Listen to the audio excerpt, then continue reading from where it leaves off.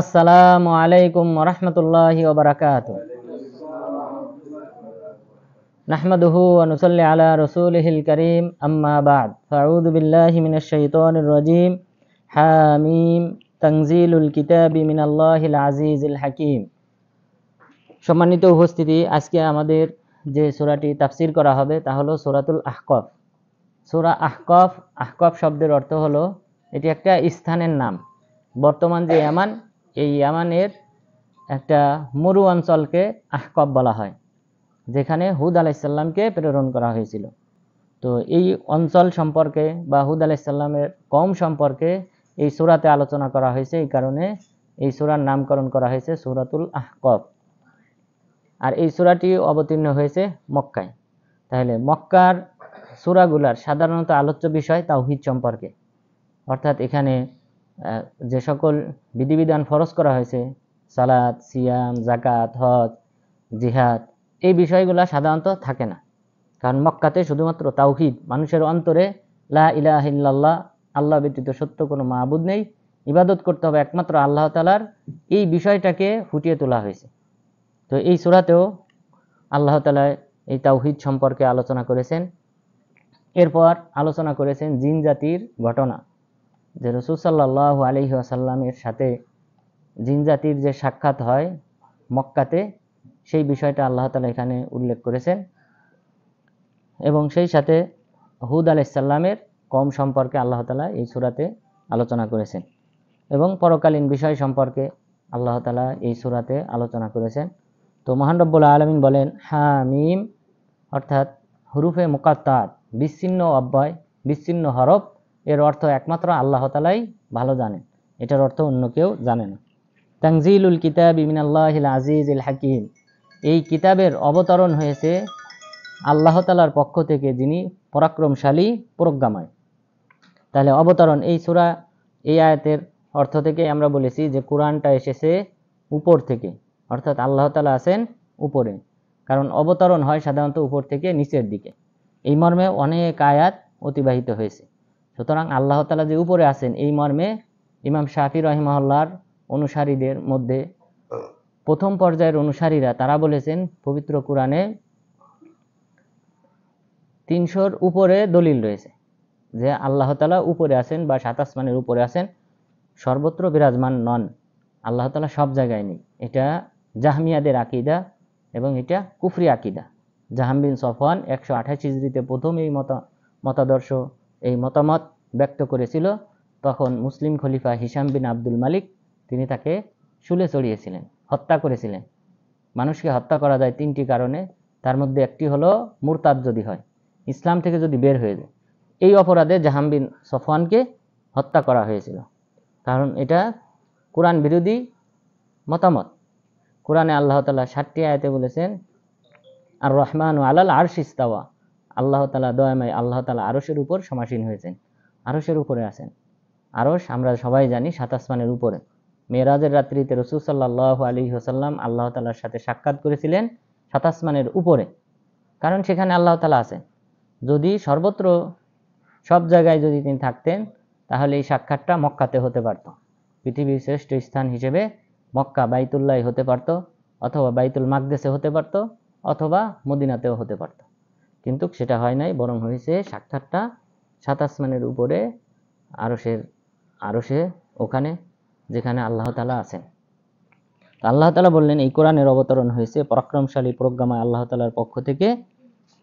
মা খলাকনাস সামাওয়াতি ওয়াল আরদা ওয়া মা বাইনাহুমা ইল্লা বিল হক, আমি এই আসমান জমিন সত্য সহকারে সৃষ্টি করেছি, এবং ওয়া আজালিম মুসাম্মা, নির্দিষ্ট সময়কালের জন্য আমি সৃষ্টি করেছি। এই আসমান জমিন এক সময় ধ্বংস হবে, মহাপ্রলয় হবে, কিয়ামত হবে, এবং এই কিয়ামতের মাধ্যমে এই আসমান জমিনের ধ্বংস অনিবার্য। তাহলে আল্লাহ তাআলা নির্দিষ্ট একটা সময়ের জন্য, নির্দিষ্ট একটা উদ্দেশ্যে, লক্ষ্য নিয়ে এই আসমান জমিন সৃষ্টি করেছেন। আর সেই লক্ষ্য উদ্দেশ্য আমরা বলেছি আগেও, লক্ষ্য উদ্দেশ্য হলো একমাত্র আল্লাহ তাআলার উপাসনা করা। আসমান জমিন, পাহাড় পর্বত, সমুদ্র, পশু পাখি, সব কিছু, মানব দানব, সবাইকে আল্লাহ তাআলা সৃষ্টি করেছেন একমাত্র তার উপাসনা করার জন্য। সবাই আল্লাহ তাআলার উপাসনা করে, গুণকীর্তন করে, ওয়ালাকিন লা তাফকাহুনা তাসবিহাহুম, কিন্তু তোমরা তাদের গুণকীর্তন বুঝতে পারো না। আমরা মানুষ জাতি, জিন জাতি অনুভব করি না, বুঝতে পারি না যে এই পাহাড়, পর্বত, মাটি, গাছপালা, তরুলতা তারাও যে আল্লাহ তাআলার উপাসনা করে, এটা আমরা বুঝি না, কিন্তু তারা অবশ্যই আল্লাহ তাআলার উপাসনা করে। তাহলে এই উদ্দেশ্যে আল্লাহ তাআলা সৃষ্টি করেছেন ওয়াল্লাযীনা কাফারু আম্মা উনযিরু মুরিদুন। আর যারা কাফের, যারা অস্বীকারী, তারা কুফরি করে আম্মা উনযিরু, যে বিষয়ে তাদেরকে সতর্ক করা হয়েছে সেই বিষয়ে তারা কুফরি করে, মুরিদুন এবং মুখ ফিরিয়ে নেয়। কাফেররাই শুধুমাত্র যে বিষয়ে তাদেরকে সতর্ক করা হয়েছে, অর্থাৎ পরকালীন বিষয়ে, পরকাল সম্পর্কে তাদেরকে সতর্ক করা হয়েছে, পরকালে জান্নাত জাহান্নাম রয়েছে, পুনরুত্থান দিবস রয়েছে, বিচার আচারের সম্মুখীন করা হবে, এই বিষয়ে তাদেরকে সতর্ক করা হয়েছে, কিন্তু তারা সেটা অস্বীকার করে। এরপর মহান রব্বুল আলামিন বললেন, কুল আরাআইতুম মা তাদউনা মিন দুনিল্লাহি আরুনি মাযা খালাকু মিনাল আরদ। যে হে নবী, আপনি বলুন, তোমরা কি ভেবে দেখেছো, তোমরা যাদেরকে আল্লাহ তাআলার সাথে শরীক মনে করো, যে সকল দেবদেবী, মূর্তি, লাত, মানাত, উজ্জা, হুবাল এবং ওয়াদ, ইয়াসু, এই যে যে সকল মূর্তি, ইসাফ, নাইলা, এই যে যে মূর্তিগুলির উপাসনা তোমরা করো, এই মূর্তিগুলি আরুনি মাযা খালাকু মিনাল আরদ, জমিনের কি সৃষ্টি করেছে তারা? কোনো কিছুই সৃষ্টিকর্তা নয় তারা। তো সৃষ্টিকর্তা না হলে তারা কেন ইবাদত পাবে? ওয়ালা ইন সাআলতাহুম মান খালাকাস সামাওয়াতি ওয়াল আরদ লা ইয়াকুলুন্না আল্লাহ। তাদেরকে যদি আপনি জিজ্ঞাসা করেন 7 আসমান 7 জমিন কে সৃষ্টি করেছে, তাহলে তারা অবশ্যই বলবে আল্লাহ। তো সৃষ্টিকর্তা যদি আল্লাহকে তোমরা মানো, তাহলে কেন তোমরা দেবদেবীর পূজা করো? আমাকে দেখাও তারা এই জমিনের মধ্যে থেকে কি সৃষ্টি করেছে। এই যে দেবদেবী মূর্তি, যে সকল মূর্তির কথা বলা হলো, অথবা মক্কাতে কাবা ঘরে 360টি মূর্তি ছিল, এতটুকু ছোট একটা ঘরে 360টি মূর্তি রাখা ছিল, তাহলে মক্কার কুরাইশরা কতটা দেবদেবী পূজারী ছিল। তা আল্লাহ তাআলা বললেন, তোমরা যদি এদেরকে উপাসনা করো, আমাকে দেখাও সেই উপাসনা পাওয়ার জন্য যে যোগ্যতা, সেই যোগ্যতা তো তাদের থাকতে হবে, এই দেবদেবীর থাকতে হবে। সেই যোগ্যতার অন্যতম যোগ্যতা হলো সৃষ্টি করা। তারা যদি তোমাদেরকে সৃষ্টি করে থাকে এই দেবদেবী, তাহলে তাদের উপাসনা করতে পারো। আরুনি মাযা খালাকু মিনাল আরদ, এই জমিনের কি তারা সৃষ্টি করেছে। আম লাহুম শিরকুম ফিস সামাওয়াত, সৃষ্টিকর্তা মানলাম যে তারা সৃষ্টিকর্তা না।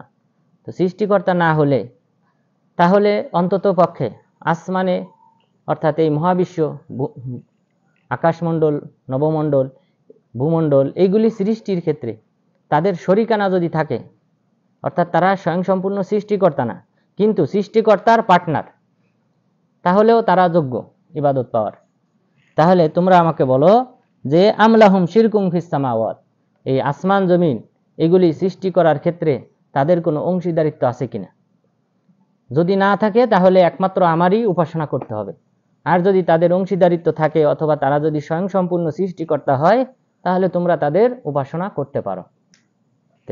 এটা আল্লাহ তাআলা মানুষের বিবেককে কি করেছেন, বিবেককে হিট করেছেন, বিবেককে চিন্তা ভাবনা করার জন্য বলেছেন যে কেন তোমরা এই বিষয়টা চিন্তা করো না, সৃষ্টিকর্তা হিসেবে আমাকে মানো, তাহলে ইবাদত তো পাওয়ার যোগ্য আমি।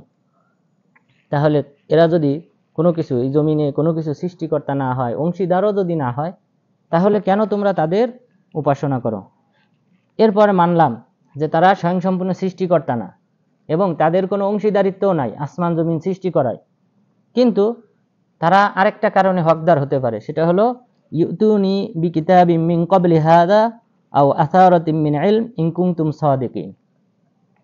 অথবা হতে পারে যে তারা এই উপাসনার হকদার, এটা পূর্ব যুগ থেকে মানুষ এদের উপাসনা করে আসতেছে এবং এদের ব্যাপারে নির্দিষ্ট প্রমাণ রয়েছে, ঐতিহাসিক কোনো প্রমাণ রয়েছে যে তারা ইবাদত পাওয়ার যোগ্য।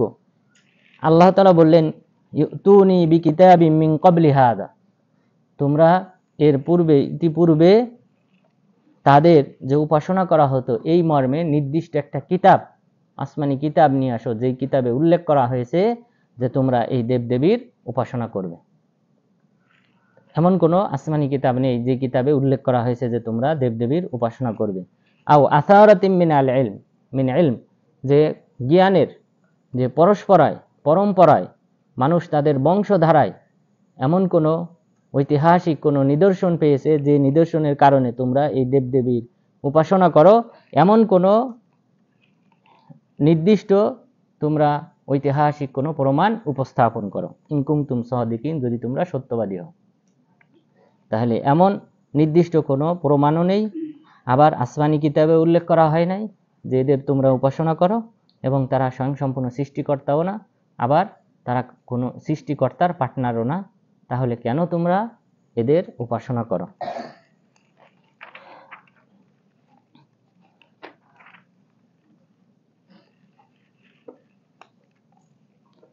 এরপর আল্লাহ তাআলা বললেন, ওয়াইদা হুশিরান নাস কানু লাহুম আদা। বাস্তবতা আল্লাহ তাআলা উল্লেখ করলেন, এই যে যাদের তোমরা উপাসনা করো, যে সকল দেবদেবীর, তারা যখন মানুষকে কিয়ামত দিবসে সমবেত করা হবে, তখন কানু লাহুম আদা, তারা তাদের শত্রুতে পরিণত হবে। এই দেবদেবী এই মানুষের শত্রুতে পরিণত হবে। দেবদেবী তখন আপনারা যে বা মানুষেরা যে তাদের উপাসনা করেছে, এটা তারা স্বীকার করবে না। ওয়াকানু বিইবাদাতিহিম কাফিরিন, তারা তাদের উপাসনাকে অস্বীকার করবে, যে না, আমাদের কেউ উপাসনা করে না। কারণ তাদের তো অনুভূতিই নাই। এই যে যে দেবদেবী নিজ হাতে তৈরি করে, মাটি, পাথর, কাদা, খড়, কুটা ইত্যাদি দিয়ে তৈরি করে উপাসনা করা হয়, তারা তো গাফেল, তারা তো জানে না, তারা তো অনুধাবনও করতে পারে না যে আমাদেরকে কেউ উপাসনা করতেছে। তাহলে কিয়ামত দিবসে তারা অটোমেটিক ভাবে তারা অস্বীকার করবে যে আমাদেরকে কেউ উপাসনা করে না। وَإِذَا تُتْلَى عَلَيْهِمْ آيَاتُنَا بَيِّنَاتٍ قَالَ الَّذِينَ كَفَرُوا لِلْحَقِّ لَمَّا جَاءَهُمْ هَذَا سِحْرٌ مُبِينٌ। যখন তাদের সামনে আমার স্পষ্ট আয়াত, নিদর্শনাবলী, কোরআনের বাণী পাঠ করা হয়, তখন কাফেররা বলে সত্যকে, যখন সত্য আসার পর তখন তারা বলে হাদা সিহরুম মুবিন, এটা স্পষ্ট জাদু। অর্থাৎ এই কিতাবকে জাদুকরের বাণী হিসেবে তারা আখ্যায়িত করে, যে মুহাম্মদ সাল্লাল্লাহু আলাইহি ওয়াসাল্লাম তিনি হলেন জাদুকর, আর এটা হলো জাদুকরের বাণী। তো জাদুকর এই তুহমত, এই অপবাদ দেওয়ার পিছনে মূল কারণ হলো কোরআনকে আল্লাহর বাণী হিসেবে স্বীকৃতি না দেওয়া। আম ইয়াকুলুনা ইফতারা, নাকি তারা বলে যে এই কোরআন স্পষ্ট আমার বাণী, নাকি তারা দাবি করে যে ইফতারাহু, মুহাম্মদ সাল্লাল্লাহু আলাইহি সাল্লাম তিনি নিজে রচনা করেছেন। এই কোরআন তারা কি মনে করে যে তিনি নিজে রচনা করেছেন? রচনা করার যে যোগ্যতা, সেটা রাসূল সাল্লাল্লাহু আলাইহি ওয়াসাল্লামের মাঝে ছিল না। একটা গদ্য, কবিতা, পদ্য, এটা যদি আপনি রচনা করতে যান, অবশ্যই আপনার শিক্ষা, অক্ষর জ্ঞান থাকতে হবে। রাসূল সাল্লাল্লাহু আলাইহি ওয়াসাল্লামের অক্ষর জ্ঞান ছিল না। তিনি আলিফ, বা, তা, সা এটা তিনি কি করতে জানতেন না? লিখতে জানতেন না, পড়তেও জানতেন না। এটাকে বলা হয় অক্ষর জ্ঞান। এই অক্ষর জ্ঞান তার ছিল না। এই কারণে আল্লাহ তাআলা তাকে আল উম্মি, নিরক্ষর নবী হিসেবে আখ্যায়িত করেছেন। এটা তার জন্য দোষের না, বরং এটা তার গুণ, সিফাত। তার অন্যতম একটা বৈশিষ্ট্য হলো কোনো মানুষ তাকে শিক্ষা দেয়নি, বরং স্বয়ং আল্লাহ তাআলা তাকে এগুলি শিক্ষা দিয়েছেন। তো এটা রাসূল সাল্লাল্লাহু আলাইহি ওয়াসাল্লামের জন্য একটা বৈশিষ্ট্য। আল্লাহ তাআলা বললেন, আম ইয়াকুলুনা ইফতারা, তারা কি বলে যে এই কোরআন তিনি নিজে রচনা করেছেন, মুহাম্মদ সাল্লাল্লাহু আলাইহি সাল্লাম নিজে রচনা করেছেন। কুল ইন ইফতারাইতুহু ফালা তামলিকুনা লি মিনাল্লাহি শাইআ, আমি যদি নিজে রচনা করতাম তাহলে আল্লাহ তাআলা আমাকে পাকড়াও করতেন, আমাকে তোমরা রক্ষা করতে পারতে না। অর্থাৎ আল্লাহ তাআলা মুহাম্মদ সাল্লাল্লাহু আলাইহি ওয়াসাল্লামকে ধ্বংস করে দিতেন, হত্যা করতেন, যদি তিনি কোনো প্রকার কোরআনের হরফ হেরফের করতেন, রচনা করতেন, রদবদল করতেন, তাহলে আল্লাহ তাআলা তাকে পাকড়াও করতেন। হুয়া আ'লামু বিমা তুফিজুনা ফি, আল্লাহ তাআলা ভালো জানেন তোমরা এই কোরআনের ব্যাপারে কি পর্যালোচনা করো, এই বিষয়ে আল্লাহ তাআলা অবহিত আছেন। কাফা বিহি শাহিদাম বাইনি ওয়া বাইনাকুম, আল্লাহ তাআলাই আমার মাঝে আর তোমাদের মাঝে সাক্ষ্য প্রদানকারী হিসেবে তিনি যথেষ্ট। ওয়া হুয়াল গফুরুর রহিম, তিনি করুণাময়, দয়ালু।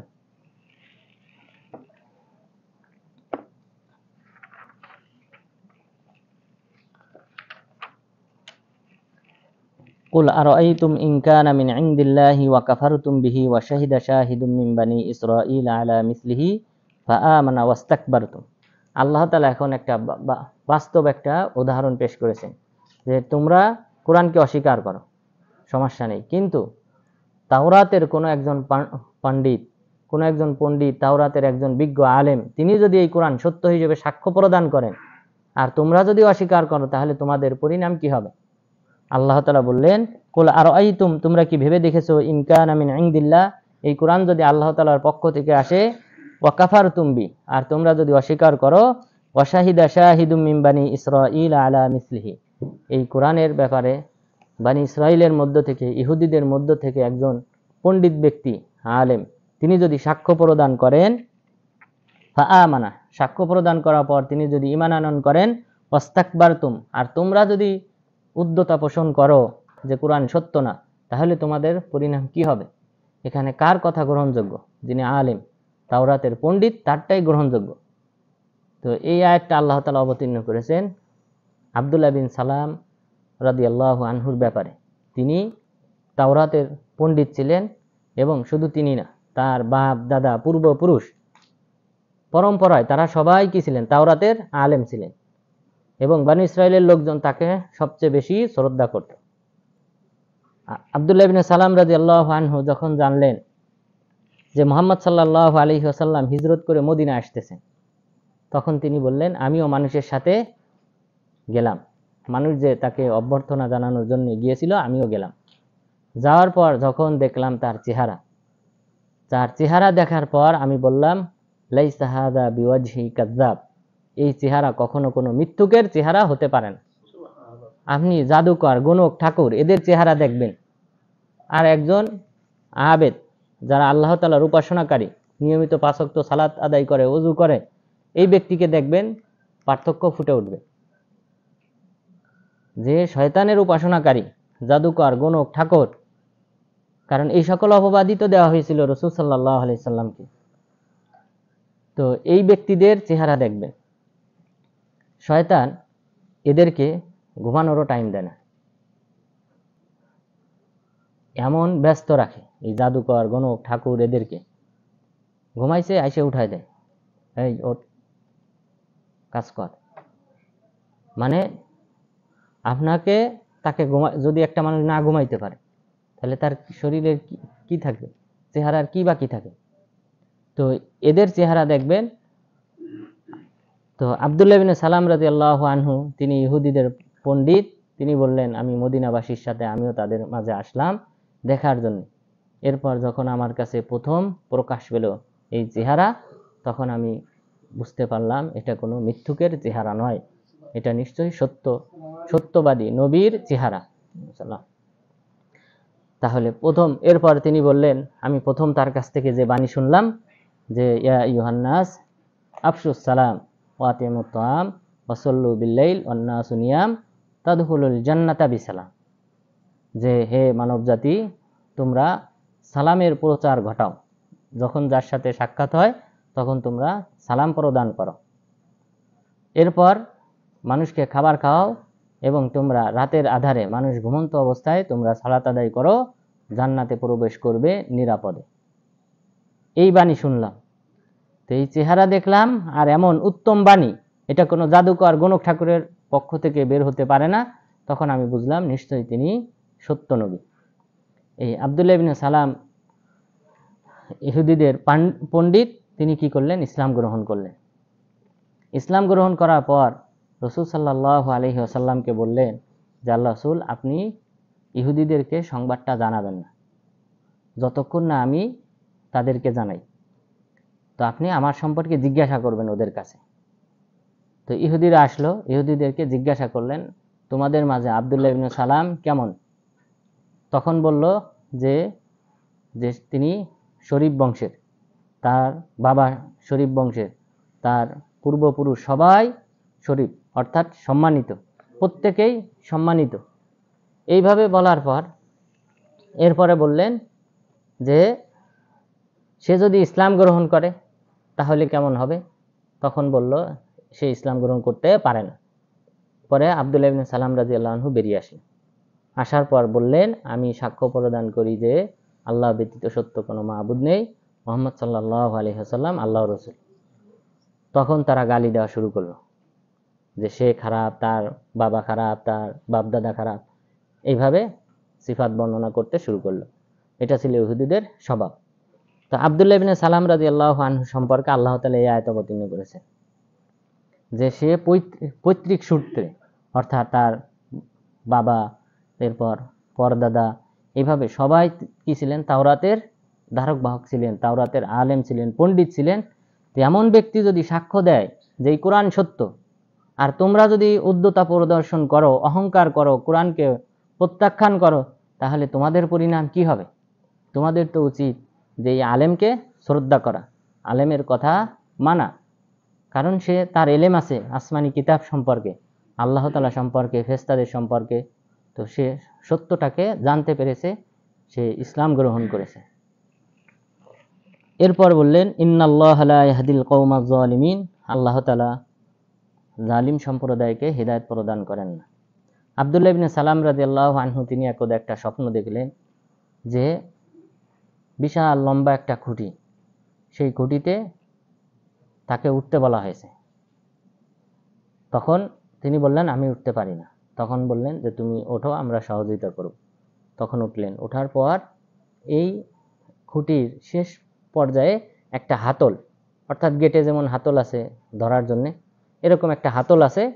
তো এই হাতলটা আমি ধরতে গেলাম, ধরলাম, ধরার পর আমি পড়ে গেলাম, মাটিতে পড়ে গেলাম, আর হাতলটা আমার হাতের মধ্যেই রয়েছে। রাসূল সাল্লাল্লাহু আলাইহি ওয়াসাল্লামকে এই স্বপ্ন সম্পর্কে অবহিত করলে তিনি বললেন, তুমি ইসলামের উপর অটল থাকবে, অর্থাৎ এই যে তুমি যে ইসলামে প্রবেশ করেছো, আর এই ইসলাম এটা তোমার মৃত্যু পর্যন্ত তোমার সাথে থাকবে। এরপর রাসূল সাল্লাল্লাহু আলাইহি ওয়াসাল্লাম তাকে জান্নাতের শুভ সংবাদ দান করেছেন, এবং তিনি জীবিত থাকা অবস্থায় সাহাবাগণ বলা বলি করতেন, তোমাদের মধ্যে কেউ যদি জান্নাতি ব্যক্তি দেখতে চায় তাহলে যেন আব্দুল্লাহ ইবনে সালামকে দেখে। তো তিনি ইহুদিদের পণ্ডিত ছিলেন, এবং ইহুদিদের এই যে মদিনাতে বসবাস, এটার পিছনে মূল কারণ কি ছিল? বানু কুরাইজা, কাইনুকা এবং বানু নাজির, এই তিনটা গোত্র তারা শাম দেশ থেকে হিজরত করে এই মদিনাতে এসেছে, কারণ তারা আসমানি কিতাব পড়েছে, তাওরাত পাঠ করে তারা জানতে পেরেছে এই নবীর হিজরতের স্থান হবে এই মদিনা। তারা অপেক্ষায় ছিল যে এখানে কি আসবেন? নবী আসবেন। তো তারা মনে করতো যে আমাদের বংশ থেকে আসবে, অর্থাৎ ইহুদিদের মধ্য থেকেই নবী আসবেন, শেষ নবী। কিন্তু যখন তারা দেখলো কুরাইশদের মধ্য থেকে এসেছে, তখন তারা সবাই একমত হয়েছে অস্বীকার করার। অথচ তারা প্রতীক্ষায় ছিল এখানে মদিনাতে এসে, এবং তারা এই আউস এবং খাজরাজ, মদিনাতে যে মূর্তির পূজারী ছিল আউস এবং খাজরাজ, এদেরকে তারা মাঝে মধ্যেই হুমকি দিত যে আমাদের শেষ নবী যখন আসবে তখন আমরা তোমাদেরকে হত্যা করব। আউস খাজরাজ তারা ইসলাম গ্রহণ করলো, আর তারা অস্বীকার করলো। আল্লাহ তাআলা সে কথাই বলেছেন যে একজন যদি ঈমান আনে, তাওরাতের পণ্ডিত, আর তোমরা যদি অহংকার প্রদর্শন করো, তাহলে তোমাদের পরিণাম কি হবে? وقال الذين كفروا للذين آمنوا لو كان خيرا ما سبقونا إليه, কাফেররা মুমিনদেরকে বলল যে যদি এই কোরআন অনুসরণ করায় যদি কল্যাণ থাকতো, আমাদের অগ্রগামী কেউ হতো না, অর্থাৎ আমরাই প্রথম অনুসরণ করতাম কোরআনকে। এগুলাও অহংকারী কথাবার্তা, যে যদি কোরআন অনুসরণ করাটা কল্যাণকর কোনো কাজ হতো, তাহলে আমরাই সবার অগ্রে গ্রহণ করতাম।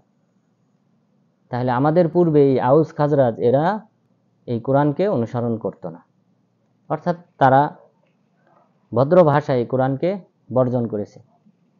ওয়াইদ লাম ইয়াহতাদু বিহি ফাসায়াকুলুনা হাযা ইফকুন কদিম, আর তারা যদি হিদায়াত প্রাপ্ত না হয়, সত্যকে গ্রহণ না করে, অচিরেই তারা বলবে এটা হলো পূর্ববর্তী মিথ্যা অপবাদ। ওমিন ক্বাবলিহি কিতাবু মূসা ইমামা ওয়া রাহমা, এই কিতাবের পূর্বে আমি মূসা আলাইহিস সালামকে কিতাব দিয়েছিলাম, তাওরাত দান করেছিলাম, ইমামা ওয়া রাহমা। ইমাম বলা হয় কুদওয়া, আদর্শ হিসেবে, আদর্শ হিসেবে তাওরাত কিতাব দান করেছিলাম, এবং রহমত স্বরূপ বনী ইসরাইলকে কিতাব দান করেছিলাম। ওয়া হাযা কিতাবুম মুসাদ্দিকুল লিসানান আরাবিয়্যাল লিয়ুনযিরাল্লাযীনা যালামু, আর এই কিতাব অর্থাৎ এই কোরআনটা হলো সত্যায়নকারী পূর্ববর্তী কিতাবকে, অর্থাৎ তাওরাত, ইনজিল, জাবুর, আসমানি যত কিতাব আছে সব কিতাবের সত্যায়নকারী এই কিতাব লিসানান আরবিয়্যা, এই কিতাবকে আমি অবতীর্ণ করেছি আরবি ভাষায়। তাহলে আরবি ভাষায় অবতীর্ণ করা হয়েছে, কারণ কি? কারণ রাসূল সাল্লাল্লাহু আলাইহি ওয়াসাল্লামের ভাষা কি ছিল? আরবি। ওনার সামনে যে সকল সাহাবা ছিলেন ওই সময়কার মানুষের ভাষা কি ছিল? আরবি। এটাই নিয়ম। আল্লাহ তাআলা যখন কোনো নবী রাসূলগণকে প্রেরণ করেছেন তখন সেই ভাষাতেই নবী রাসূলকে প্রেরণ করেছেন। কারণ উদ্দেশ্য কি? আল্লাহর বাণী প্রচার করা, যেন মানুষ সত্যটা জানতে পারে, বুঝতে পারে এবং সেই অনুযায়ী আমল করতে পারে। ভিন্ন ভাষায় কিতাব অবতীর্ণ করলে যেটা যে তারা বুঝবেও না, মানবেও না স্বাভাবিকভাবে, কিন্তু স্ব ভাষায় আল্লাহ তাআলা সবসময় কিতাব অবতীর্ণ করেছে। শেষ নবী যদি আমাদের বাংলাদেশে আসতেন, বাংলা ভাষায় কোরআন অবতীর্ণ হতো। সুতরাং জুমার খুতবা ইত্যাদি এগুলা বাংলা ভাষাই হবে, এগুলা বাংলা ভাষাতেই হবে। কারণ ওখানে যদি তিনি আসতেন, তিনি কোন ভাষায় খুতবা দিতেন? ওনার সামনে শ্রোতারা কোন ভাষী ছিল? বাংলায়। তাহলে বাংলা ভাষায় কি হতো? খুতবা হতো। রাসূল সাল্লাল্লাহু আলাইহি ওয়াসাল্লাম আরবিতে খুতবা দিয়েছেন, কারণ তার সামনের শ্রোতা তারা কোন ভাষী? আরবি ভাষী। এটা আমাদেরকে বুঝতে হবে।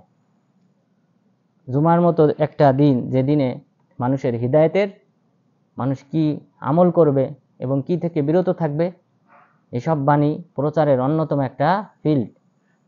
তো এই জুমার খুতবা এটা বাংলাতেই হবে, যেন ওই আমাদের বাংলা ভাষীরা বুঝতে পারে এবং সেই অনুযায়ী আমল করতে পারে।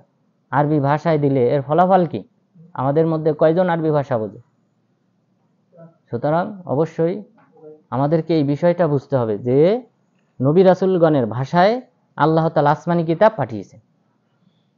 সুতরাং আমাদের দেশে ইসলামের প্রচার নিজ ভাষায়, স্ব ভাষায় হবে। এখানে আল্লাহ তাআলা বললেন, কোরআনকে আমি অবতীর্ণ করেছি সত্যায়ন স্বরূপ, অর্থাৎ এই কোরআন এসে পূর্ববর্তী সকল কিতাবকে বাতিল করেছে, রহিত করে দিয়েছে। আসমানি যত কিতাব ছিল সব কিতাবকে বাতিল করা হয়েছে এই কোরআনের মাধ্যমে, কারণ এই কোরআন হলো অন্য কিতাবের সত্যায়নকারী। লিয়ুনযিরাল্লাযীনা যালামু, যারা শিরিক করে তাদেরকে সতর্ক করার জন্য, ওয়াবুশরা লিল মুহসিনিন, আর যারা সৎপরায়ণশীল ব্যক্তি তাদের শুভ সংবাদ স্বরূপ আল্লাহ তাআলা এই আসমানি কিতাব পাঠিয়েছেন, এই কোরআনকে পাঠিয়েছেন। তাহলে দুইটা বিষয়, এই দুইটা বিষয় আমরা যদি সঠিকভাবে বুঝি তাহলেই আমাদের সফলতা, যে কোরআনটা এসেছে সতর্ক করার জন্য, যে অন্যায়, অশ্লীল, ফাহিশি কথা, কাজ, কবিরা গুনাহ, শিরকি গুনাহ, বিদাতি গুনাহ ইত্যাদি থেকে মানুষ বিরত থাকবে। বিরত থাকলে বিনিময়ে আল্লাহ তাআলা পরকালে জান্নাত দান করবেন, এটা হলো শুভ সংবাদ। তাহলে এই শুভ সংবাদ আর সতর্ক, এই দুটির জন্যই আল্লাহ তাআলা কোরআনকে পাঠিয়েছেন, নবী রাসূলগণকে পাঠিয়েছেন।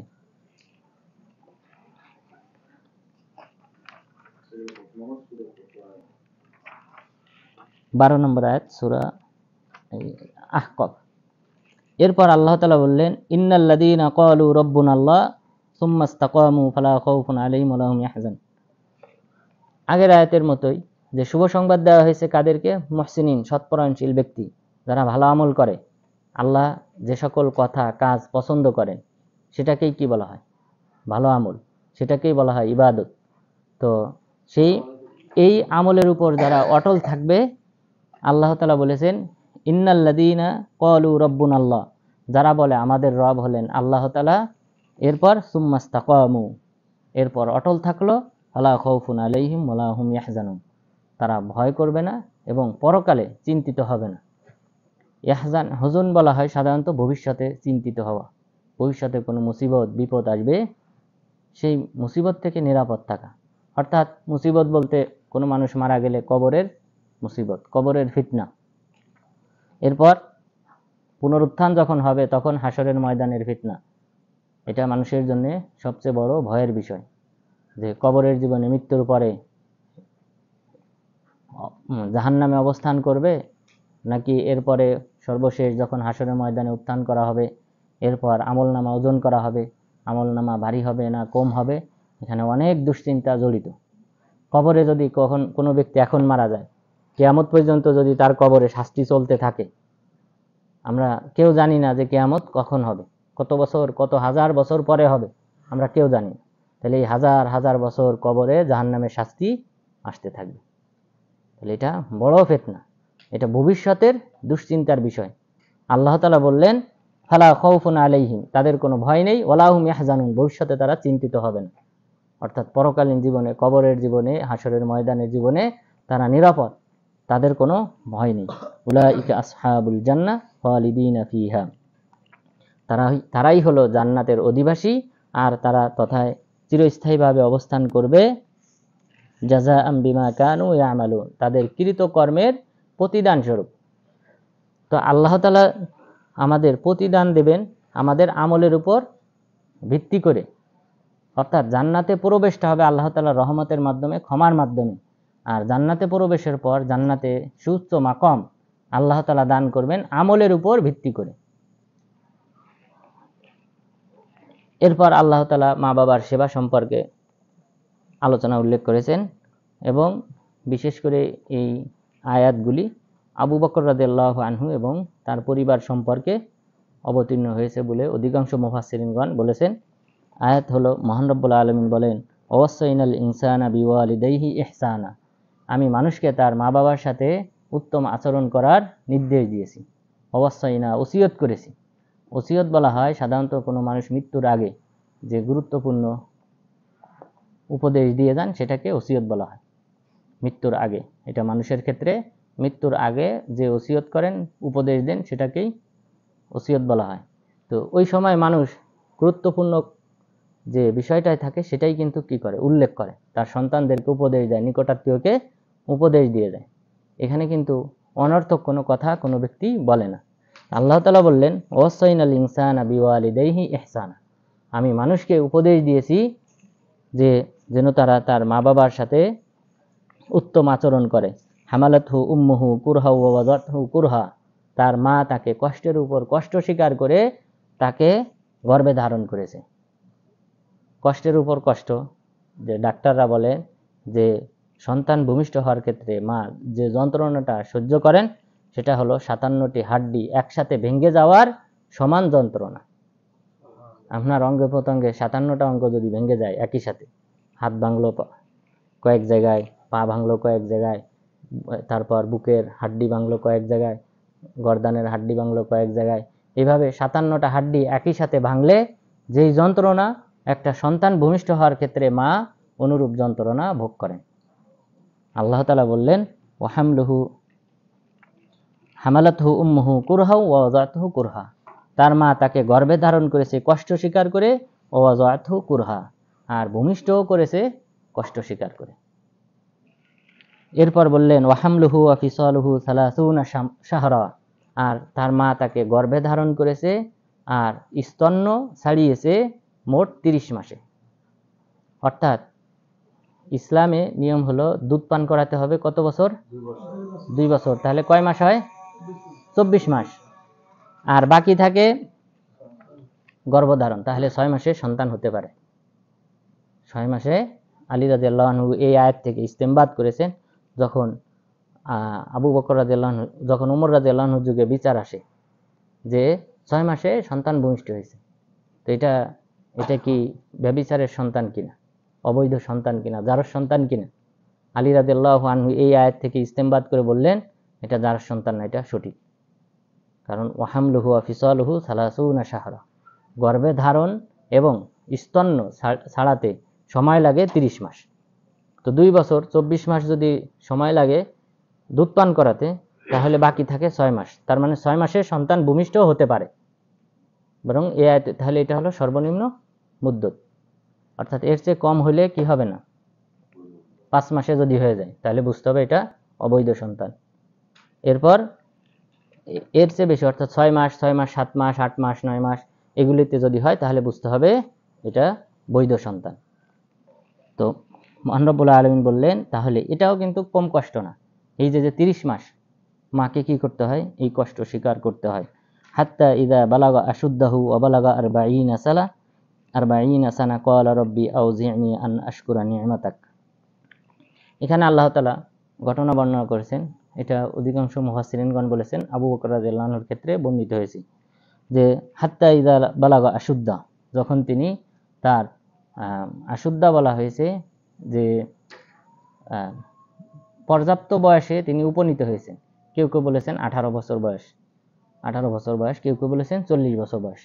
তাহলে যখন তিনি 18 বছর বা 40 বছর, 18 বছর আশুদ্দাহু অর্থাৎ পর্যাপ্ত বয়সে যখন তিনি উপনীত হয়েছেন, অবালাগা আরবাঈনা সানা, এবং 40 বছরে উপনীত হয়েছেন, ক্বালা রব্বি আউজি'নি আন আশকুরা নি'মাতাক, তখন তিনি বললেন, হে আল্লাহ, তুমি আমাকে তৌফিক দান করো তোমার শুকরিয়া আদায় করার, আল্লাতি আনআমতা আলাইয়া, তুমি আমার উপর যে অনুগ্রহ করেছো, ওয়ালা ওয়ালিদাইয়া, এবং আমার মা বাবার উপর যে তুমি অনুগ্রহ করেছো, এই কারণে তুমি আমাকে তোমার শুকরিয়া আদায় করার তৌফিক দান করো। ওয়া আন আ'মালা সালিহান তারদা, এবং সৎ আমল করার তুমি তৌফিক দান করো, যে আমল তুমি পছন্দ করবে। ওয়া আসলিহ লি ফি যুররিয়াতি, এবং তুমি আমার সন্তানদেরকে সংশোধন করাও। ইন্নী তুবতু ইলাইক, আমি তোমার কাছে ফিরে আসলাম। ওয়া ইন্নী মিনাল মুসলিমিন, আমি মুসলিমদের অন্তর্ভুক্ত। এখানে মুফাসসিরিনগণ বলেছেন এই আয়াত আবু বকর রাদিয়াল্লাহু আনহুর ক্ষেত্রে অবতীর্ণ হয়েছে। তিনি রাসূল সাল্লাল্লাহু আলাইহি ওয়াসাল্লামের সফর সঙ্গী ছিলেন এবং তিনি তার সাথেই থাকতেন, তার বন্ধু ছিলেন শৈশবকালে এবং যুবক বয়সে। এরপর যখন নবুয়াত পেলেন 40 বছর বয়সে রাসূল সাল্লাল্লাহু আলাইহি সাল্লাম, তখন তিনি তার প্রতি ঈমান আনয়ন করলেন। ঈমান আনয়ন যখন তিনি করলেন, তিনি তো ইসলাম গ্রহণ করলেন প্রথম পর্যায়ে। পুরুষদের মধ্যে সর্বপ্রথম যিনি ইসলাম গ্রহণ করেছেন তিনি হলেন কে? আবু বকর রাদিয়াল্লাহু আনহু। আর যুবকদের মধ্যে আলী রাদিয়াল্লাহু আনহু, আর মহিলাদের মধ্যে খাদিজা রাদিয়াল্লাহু আনহা। কিন্তু এর পূর্বেও যদি আমরা দেখি তাহলে ওয়ারাকাত ইবনে নাওফেল সবার আগে, কিন্তু তিনি জীবিত ছিলেন না, কয়েকদিন পরেই মারা গিয়েছিলেন। যদি সবার আগে যদি দেখি তাহলে ওয়ারাকাত ইবনে নাওফেল তিনি খ্রিস্টান ছিলেন, আর খাদিজা রাদিয়াল্লাহু আনহার চাচাতো ভাই তিনি কি করলেন? ইসলাম গ্রহণ করেছিলেন। যখন হীরা গুহাতে কুরআন অবতীর্ণ হয়, তখন খাদিজা রাদিয়াল্লাহু আনহাকে এসে বললেন যে আমি আশঙ্কা করি হয়তো আমি মারা যাব, কারণ বিশাল দেহের ফেরেশতাকে দেখেছেন, অর্থাৎ সশরীরে মোট 2 বার দেখেছেন। তো এরকম বিশাল আসমান জমিন সমান একজন ফেরেশতাকে দেখেছেন, এরপর আলিঙ্গন করেছেন, চাপ দিয়েছেন, যে চাপে তিনি কি হয়েছেন? ব্যথা পেয়েছেন। যখন বললেন যে ইকরা, পাঠ করো, বলছেন আমি পড়তে জানি না, তখন কি করলেন? 3 বার জোরে, মানে শিক্ষার ক্ষেত্রে কি আছে? শাস্তি দেওয়া জায়েজ, বেত্রাঘাত জায়েজ। এখানে রাসূল সাল্লাল্লাহু আলাইহি সাল্লামকে কি করা হয়েছে? আলিঙ্গন করা হয়েছে জোরে, যে তিনি কষ্ট পেয়েছেন। এরপরে আল্লাহ তাআলা তার বক্ষ জবান খুলে দিয়েছেন, তারপর তিনি পাঠ করতে সক্ষম হয়েছেন। তো এটা দেখার পর তিনি আশঙ্কা করলেন, কারণ এটা তো প্রথম তার কাছে নতুনত্ব। তখন তিনি আশঙ্কা করলেন যে হয়তো আমি মারা যেতে পারি। তো ওয়ারাকাত ইবনে নাওফেলের কাছে যাওয়ার পর তিনি বললেন, হাযান নামুসুল্লাযী কানা ইয়াতি মূসা, এই হলো সেই ফেরেশতা যে ফেরেশতা মূসা আলাইহিস সালামের কাছে ওহী নিয়ে আসতেন। আমি যদি জীবিত থাকি লা আনসুরান্না নাসরান মুআজ্জারা, তোমার কওম যখন তোমাকে এই মক্কা থেকে বের করে দেবে, তখন আমি জীবিত থাকলে লা আনসুরান্না নাসরান মুআজ্জারা, আমি তোমাকে আমার কোমর ভেদে তোমাকে সাহায্য করব। তিনি অন্ধ ছিলেন, দেখেন কথার পাওয়ার, আমার সর্বশক্তি ব্যয় করে আমি তোমাকে সাহায্য করব। তাহলে ব্যক্তি অবশ্যই মানে নিয়েছে, ইসলাম গ্রহণ করেছে। এর কারণে রাসূল সাল্লাল্লাহু আলাইহি সাল্লাম বলেছেন, তোমরা ওয়ারাকাত ইবনে নাওফেলকে গালি দিও না, কেননা আমি তাকে জান্নাতের মাঝখানে দেখেছি। তো তাহলে তিনি প্রথম ঈমান আনয়নকারী। কিন্তু ইসলামে যেহেতু বেশি প্রসিদ্ধ, পুরুষদের মধ্যে আবু বকর রাদিয়াল্লাহু আনহু তিনি প্রথম ইসলাম গ্রহণ করেছেন। তো যেহেতু ওয়ারাকাত ইবনে নাওফেল উনি এই ঘটনার পরে আর কি হননি, জীবিত থাকেন না বেশি দিন, কয়েকদিন পরে মারা গেছেন। কারণ এরপরে ওহী আবার বন্ধ ছিল, কিছুদিন বন্ধ ছিল। তো এই সময়তে তিনি যেহেতু মারা গেছেন, এই কারণে তার বিষয়টা ইসলামে ওইভাবে স্থান পায়নি। তো আবু বকর রাদিয়াল্লাহু আনহু তিনি নবুয়ত পাওয়ার পর তিনি ইসলাম গ্রহণ করলেন, নিজে ইসলাম গ্রহণ করলেন। তিনি নিজের মা বাবাকে কি করলেন? দাওয়াত দিলেন ইসলামের। এরপর তিনি মোট 7 জন দাস আজাদ করলেন, দাসদেরকে আজাদ করে দিলেন। তারা ইসলাম গ্রহণ করেছিলেন, তাদেরকে কষ্ট দেওয়া হতো, আজাদ করে দিলেন। এরপর তাহলে তার মা বাবা ইসলাম গ্রহণ করেছে, আবু বকর রাদিয়াল্লাহু আনহুর মা বাবা ইসলাম গ্রহণ করেছে, এরপর তার সন্তানদের জন্য তিনি দোয়া করেছেন যেন আমার সন্তানরাও এই ধর্মের উপর অটল থাকে। তো এই যে বড় নিয়ামত, যে নিজে ইসলাম গ্রহণ করেছেন, মা বাবাও ইসলাম গ্রহণ করেছে, মুফাসসিরিনগণ বলেছেন এমনটা অন্য কোনো সাহাবীর ক্ষেত্রে ঘটেনি। মুহাজির কোনো সাহাবী যে তার মা বাবা ইসলাম গ্রহণ করেছে সবাই, তিনি ইসলাম গ্রহণ করেছেন, এমনটা নাই। এই কারণে আল্লাহ তাআলা তার সম্পর্কে বলেছেন, যখন তিনি পর্যাপ্ত বয়সে পৌঁছালেন, 40 বছর পৌঁছালেন, তখন তিনি আল্লাহর কাছে দোয়া করলেন, হে আল্লাহ, তুমি আমাকে তোমার নিয়ামতের শুকরিয়া আদায় করার তৌফিক দান করো। তুমি যে আমাকে ইসলাম গ্রহণ করার তৌফিক দিয়েছো, আমার মা বাবাকে ইসলাম গ্রহণের তৌফিক দান করেছো, আমি যেন তোমার সন্তুষ্টজনক আমল করতে পারি, তুমি আমাকে সেই তৌফিক দান করো, এবং সেই সাথে আমার সন্তানদেরকেও তুমি সংশোধনের মধ্যে রাখবে। ইন্নী তুবতু ইলাইক ওয়া ইন্নী মিনাল মুসলিমিন, এবং আমি তোমার কাছে তওবা করে ফিরে আসলাম এবং আমি হলাম মুসলিমদের অন্তর্ভুক্ত।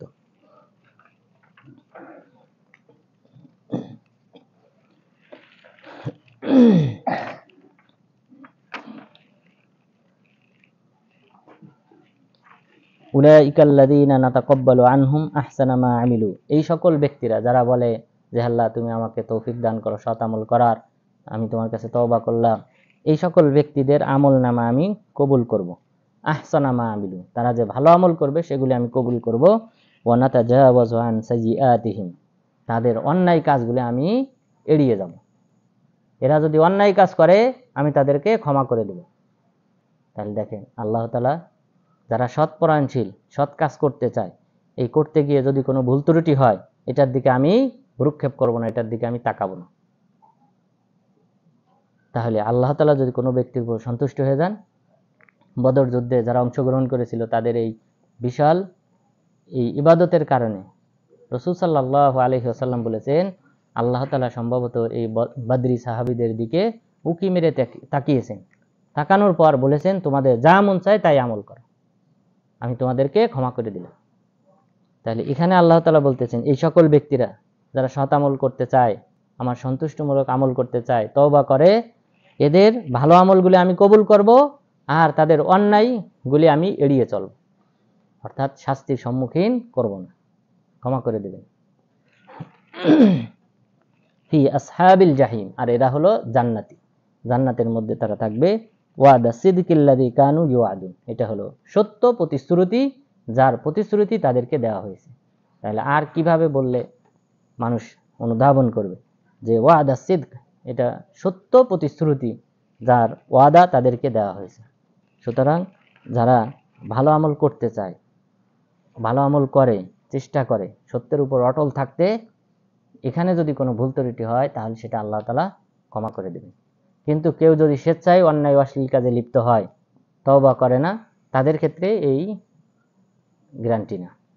এখানে যারা সত্য আমল করতে চায়, সত্যর অনুসন্ধান করে, এরপর ভুল ত্রুটি হলে আল্লাহ তাআলা কি করবেন? এড়িয়ে চলবেন, তাদেরকে পাকড়াও করবেন না।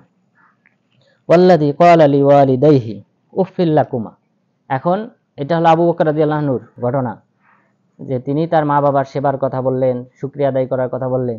এর বিপরীত এটা আমভাবে বর্ণনা করা হয়েছে যে ওয়াল্লাযী ক্বালা লিওয়ালিদাইহি উফফিল লাকুমা, আর যে ব্যক্তি বলে তার মা বাবাকে তোমাদের উপর ধ্বংস হোক, তোমরা ধ্বংস হও, আতাইদানি আন উখরাজা ওয়া কাদ খালাতিল কুরুনু মিন ক্বাবলি, যে তোমরা আমাকে প্রতিশ্রুতি দাও যে আমাকে কবর থেকে উত্থান ঘটানো হবে, অথচ আমার পূর্বে অনেক মানুষ কি হয়েছে? অতিবাহিত হয়েছে, অনেক যুগ অতিবাহিত হয়েছে, মানুষ এইভাবে কবরে গেছে, তাদেরকে উঠানো হয় নাই। তুমি কি আমাকে হুমকি দাও, তোমরা দুইজন, অর্থাৎ মা বাবা এই ব্যক্তিকে, সন্তানকে কি করতেছে? দাওয়াত দিয়েছে ইসলাম গ্রহণের। সন্তান প্রত্যুত্তরে বলতেছে যে তোমরা আমাকে এই প্রতিশ্রুতি দাও যে আমাকে কবর থেকে বের করা হবে, উত্তোলন করা হবে, অথচ ইতিপূর্বে অনেক মানুষ অতিবাহিত হয়েছে, অনেক যুগ কাল অতীত হয়েছে, তারা তো এখনো ওঠে নাই। ওয়াহুমা ইয়াস্তাগীসানিল্লাহ ওয়াইলাক আমিন, আর তার মা বাবা আল্লাহ তাআলার কাছে দোয়া করতেছে, ফরিয়াদ করতেছে, ওয়াইলাক, তোমার দুর্ভোগ, আমিন, তুমি ঈমান আনো আল্লাহর প্রতি। ইন্না ওয়াদাল্লাহি হক, নিশ্চয় আল্লাহ তাআলার প্রতিশ্রুতি সত্য।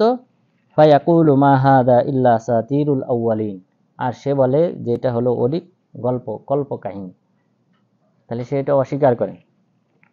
উলাইকাল্লাযীনা হাক্কা আলাইহিমুল কওলু ফি উমামিন কদ খালাত মিন ক্বাবলিহিম মিনাল জিন্নি ওয়াল ইনস ইন্নাহুম কানু খাসিরিন।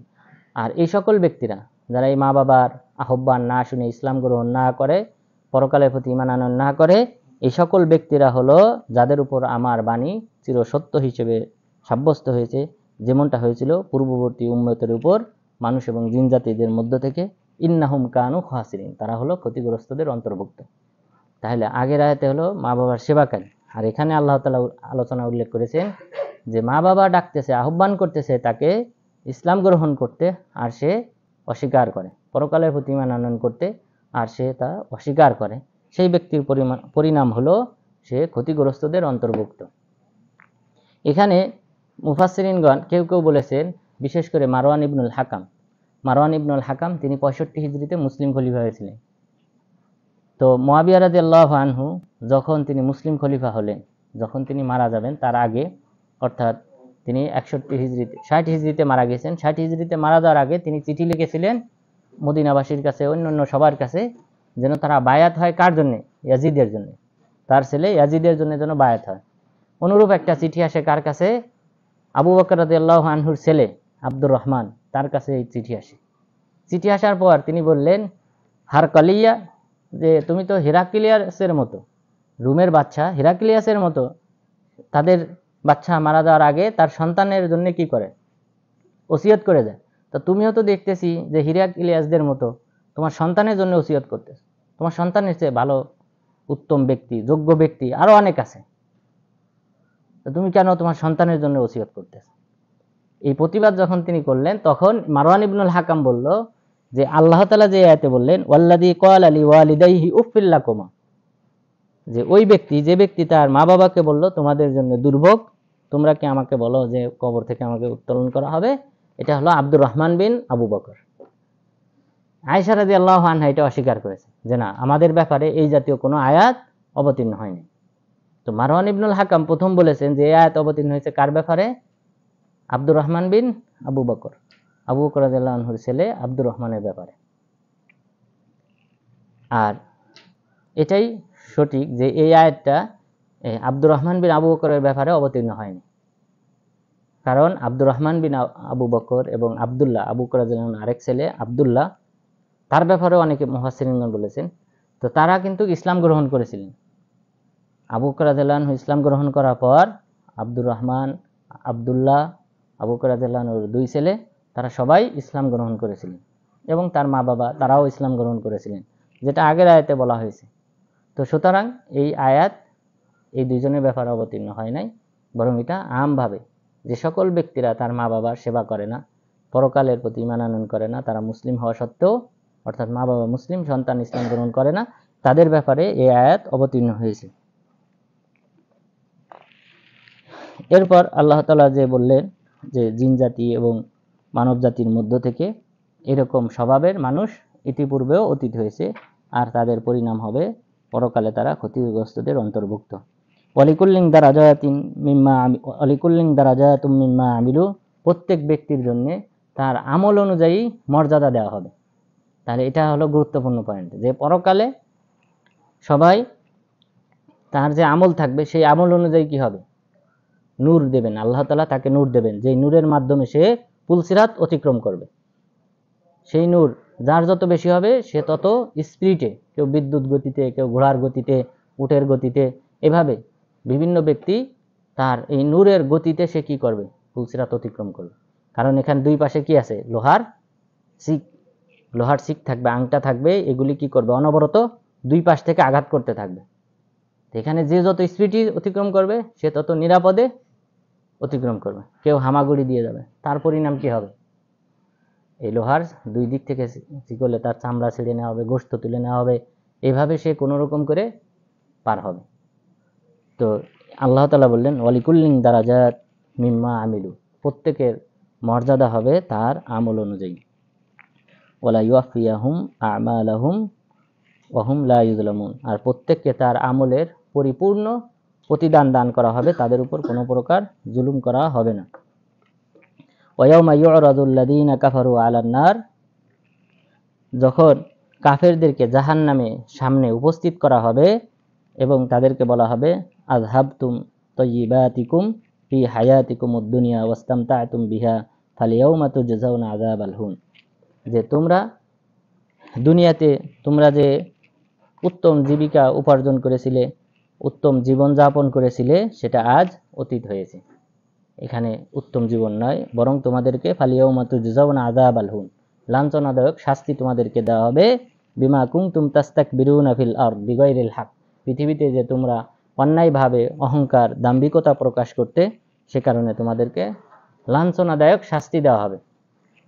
লাঞ্ছনাদায়ক শাস্তি কি?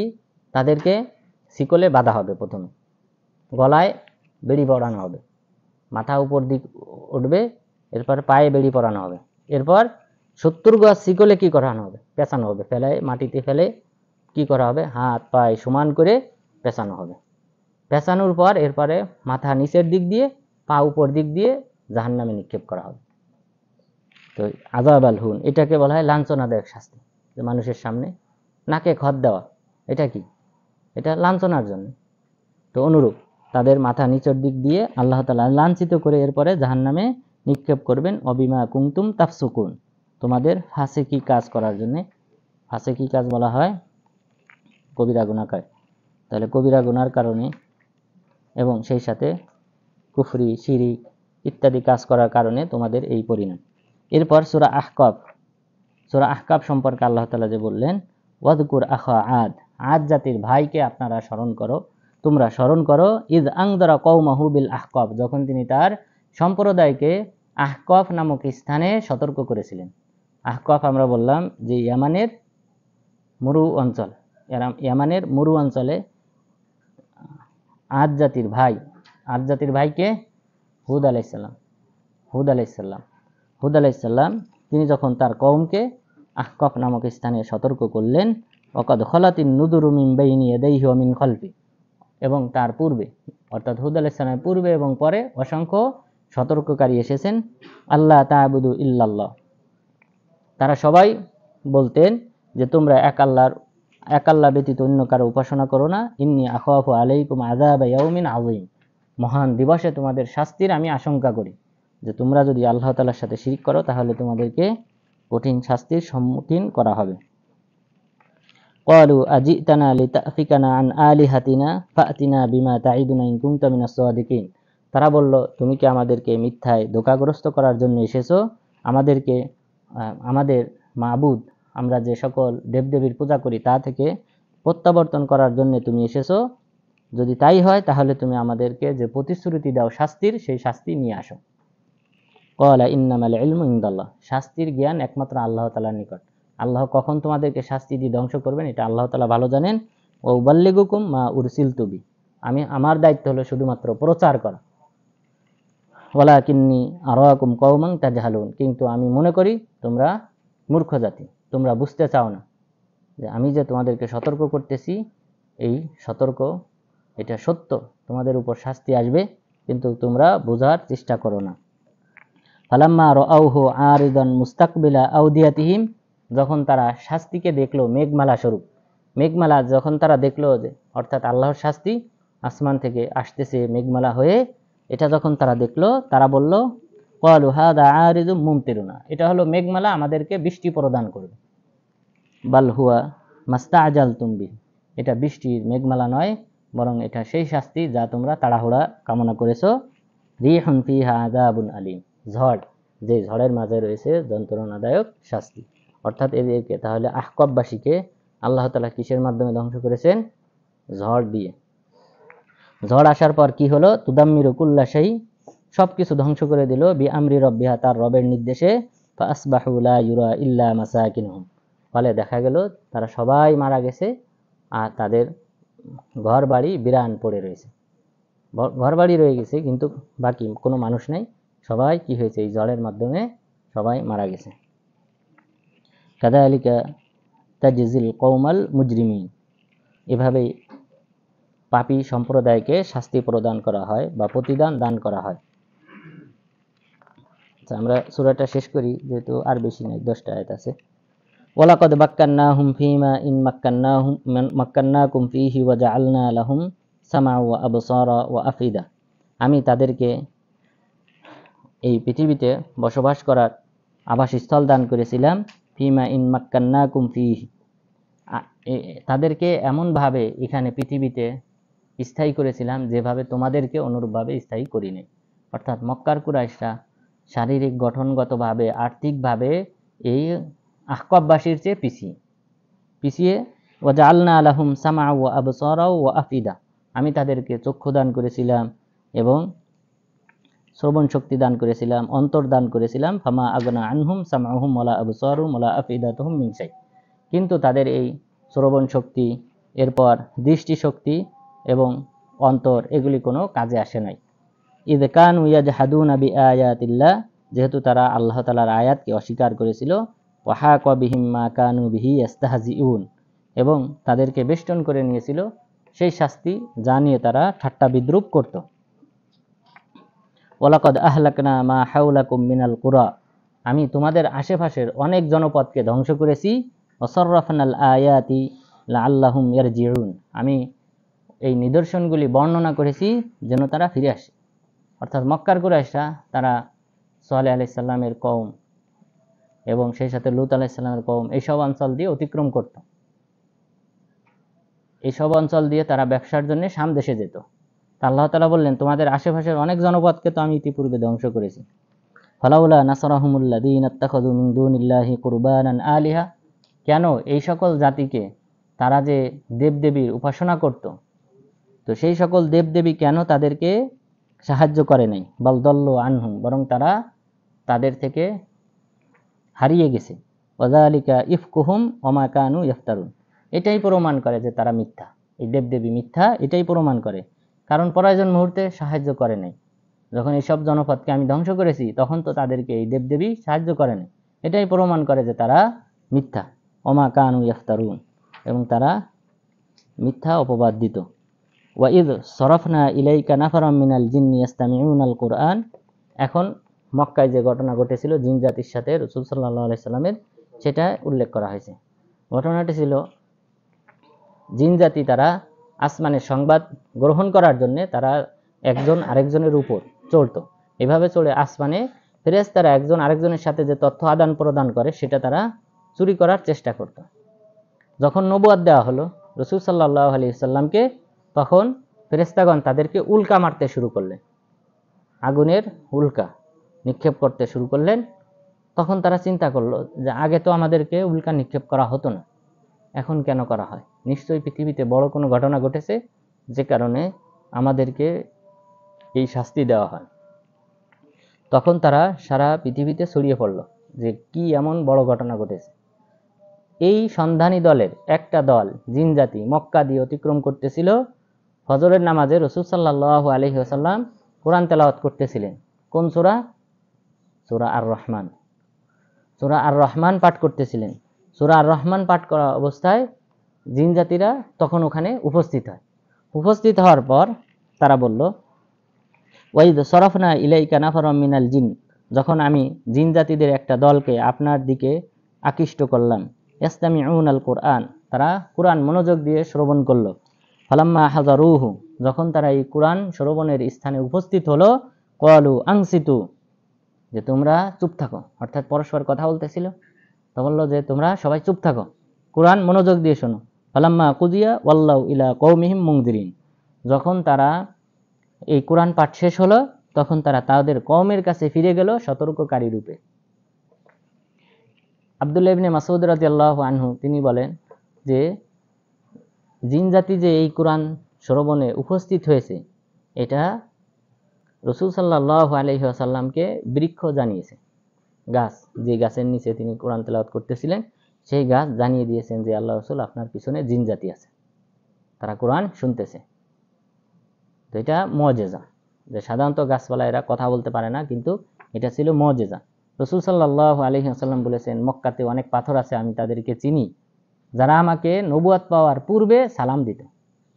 যেসব পাথর আমাকে সেই সময় আগে থেকে সালাম দিত, অর্থাৎ এটা হলো তাকে, তিনি যে অস্বাভাবিক কিছু গ্রহণ করবেন ভবিষ্যতে, সেটার আলামত স্বরূপ এই পাথরগুলি রাসূল সাল্লাল্লাহু আলাইহি সাল্লামকে সালাম দিত। বলছেন সেই সকল পাথরকে আমি চিনি, কোন কোন পাথর আমাকে সেই সময় সালাম দিত। তো এটা মুআজিজা, নবীর বা মুজিজা পাওয়ার পূর্ব মুহূর্ত। তো জিন জাতির সম্পর্কে সন্ধান দিয়েছিল বৃক্ষ। তাহলে কোন সূরা পাঠ করা হইতেছিল? অনেকে মনে করে সূরা জিন। সূরা জিন না, সূরা জিন আল্লাহ তাআলা অবতীর্ণ করেছেন সংবাদ দিয়ে যে জিন জাতি আপনার কোরআন তেলাওয়াত শুনেছে। তারপর সূরা আহকাফেও বলা হলো যে এখানে, আর পাঠ করতেছিলেন সূরা আর রহমান। তাহলে এখানে আরেকটা মাসালা, যে এখানে বলা হলো ওয়াল্লাউ ইলা কওমিহিম মুনদিরিন, তারা সতর্ককারী রূপে তাদের কওমের কাছে ফিরে গেল। তো সতর্ককারী রূপে, এই কারণে আলেমগণ বলেছেন জিন জাতিদের মধ্যে নবুয়াত নেই।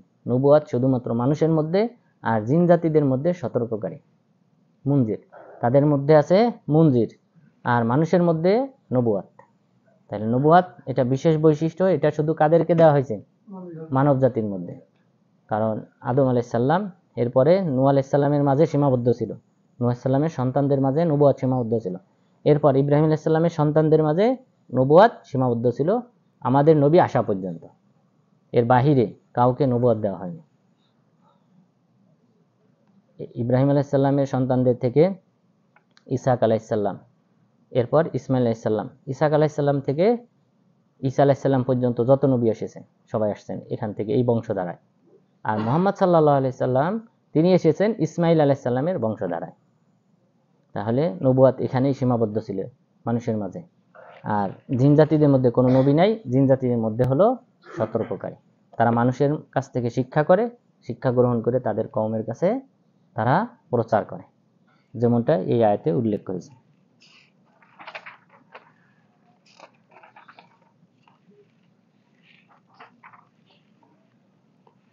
ক্বালু, জিন জাতিরা বলল, ইয়া কওমানা ইন্না সামি'না কিতাবান উনজিলা মিন বাদি মূসা।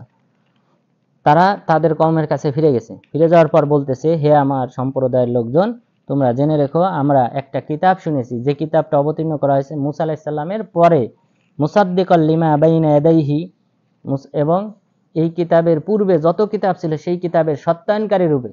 তার মানে তারা ঈমান এনেছে যে এই কিতাব কোরআনটা হলো পূর্বের সকল কিতাবকে রহিতকারী।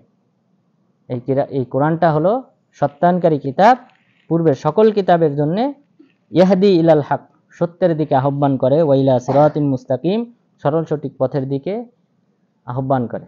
তো এখানে তারা কেন বলল মিন বাদি মূসা, মূসা আলাইহিস সালামের পরে?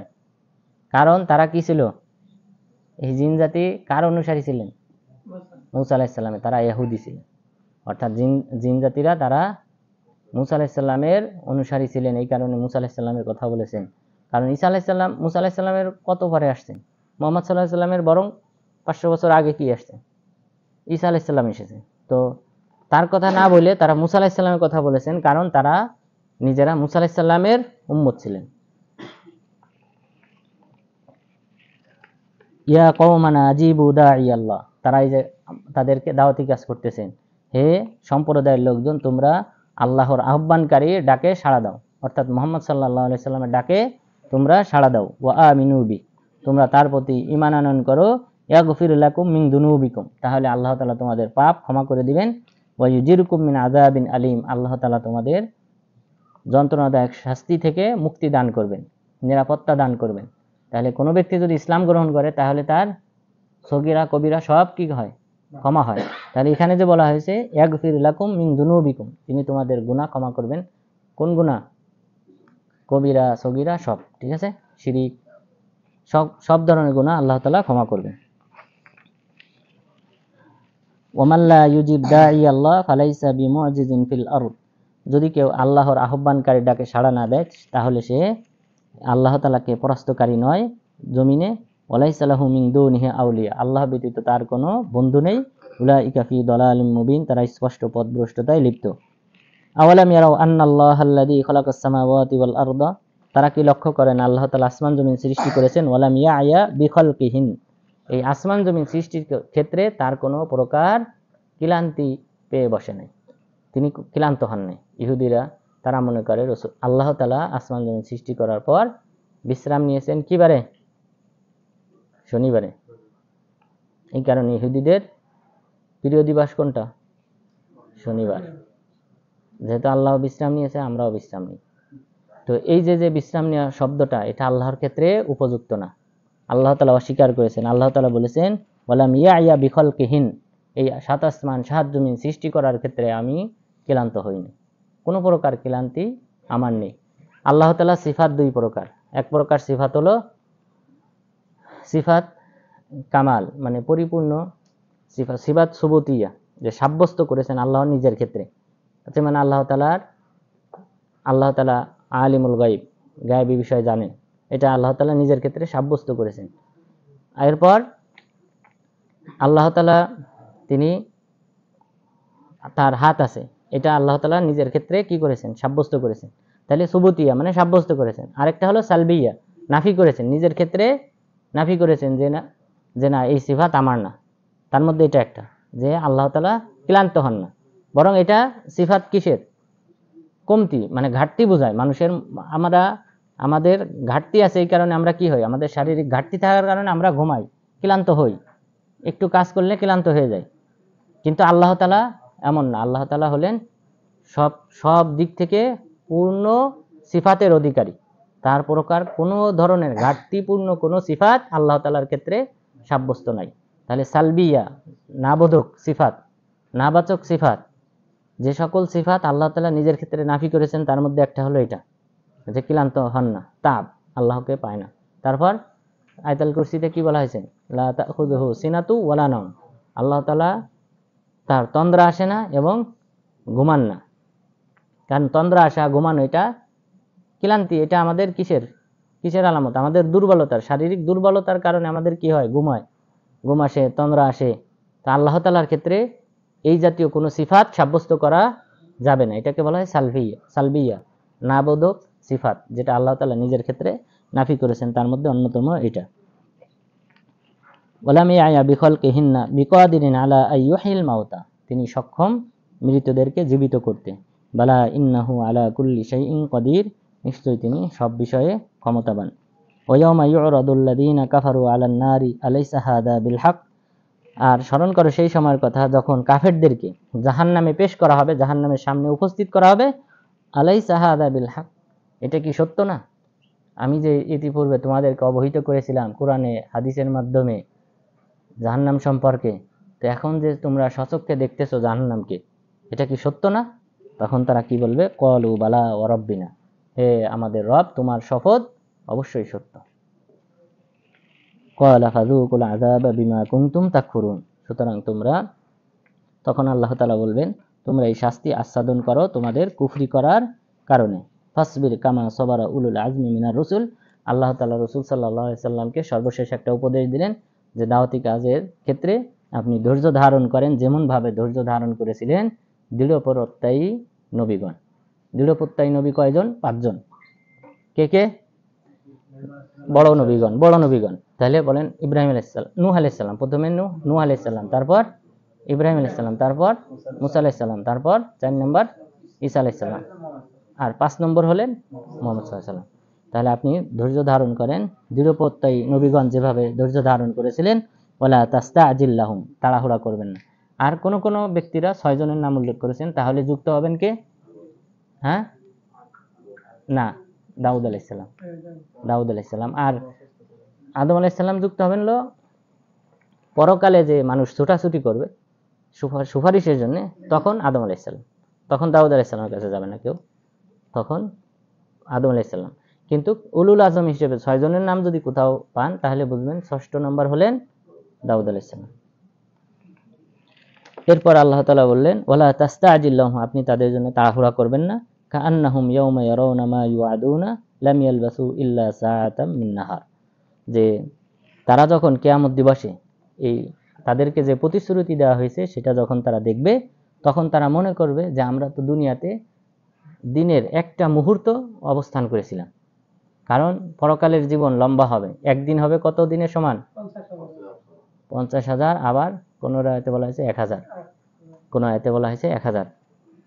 তাহলে 50,000 বছর, আর আমরা এখানে কয়দিন? 60 বছর। তা 60 বছর 50,000 বছরের তুলনায় স্বাভাবিক একটা মুহূর্তের মতো মনে হবে।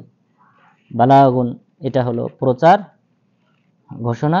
ফাহাল ইউহলাকু ইল্লাল কওমুল ফাসিকুন, সেদিন কাদেরকে ধ্বংস করা হবে? ফাসেক সম্প্রদায় ব্যতীত অন্য কাউকে কি ধ্বংস করা হবে? না, শুধুমাত্র ফাসেক পাপাচার তাদেরকেই ধ্বংস করা হবে। তাহলে আজকের আলোচনায় আমরা এই সূরা আহকাফ সম্পর্কে জানলাম।